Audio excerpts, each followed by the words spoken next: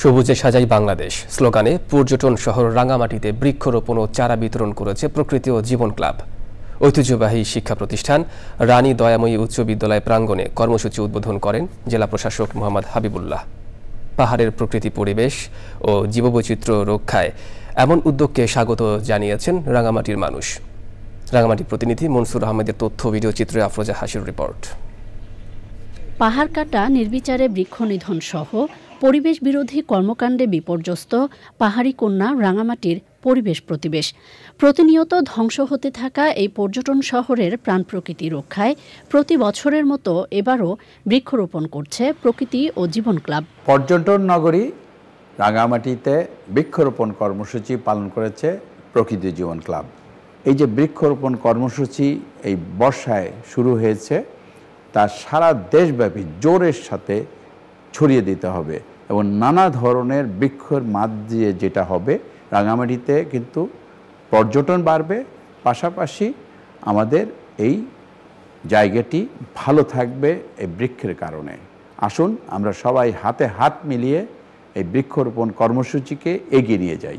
ফলদ, বনজ ও ঔষধি সহ নানা জাতের গাছের চারা উপহার পেয়ে উচ্ছ্বসিত নতুন প্রজন্ম। আমরা চাই রাঙামাটিতে বনায়নটা বেশি বেশি করে হোক। চলুন আসুন আমরা বাঁচাই বন এবং বন আমাদের বাঁচাক জীবন। আমাদের যতটুকু সম্ভব আমরা বৃক্ষ লাগাই, বৃক্ষরোপণ করি। যে বৃক্ষটি উপহার দেওয়া হয়েছে সেটি আজকে আমরা বাসায় নিয়ে রোপণ করব। পরিবেশগত সংকট মোকাবেলায় প্রকৃতি ও জীবন ক্লাবের এই উদ্যোগকে সময়োপযোগী বলছেন বিশিষ্টজনরা।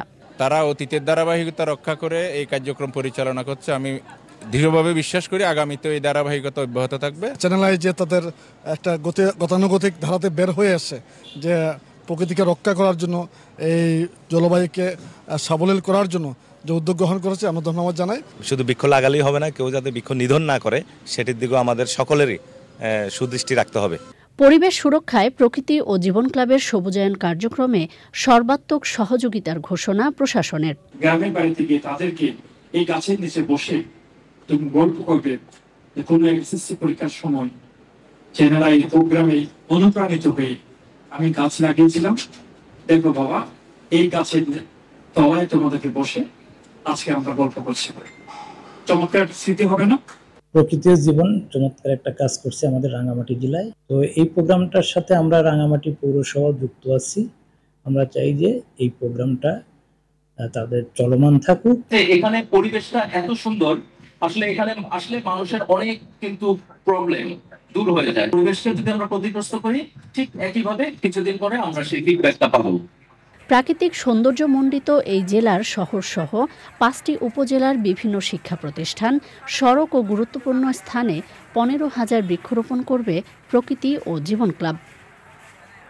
আফরোজা হাসি, প্রকৃতি ও জীবন ডেস্ক, চ্যানেল আই।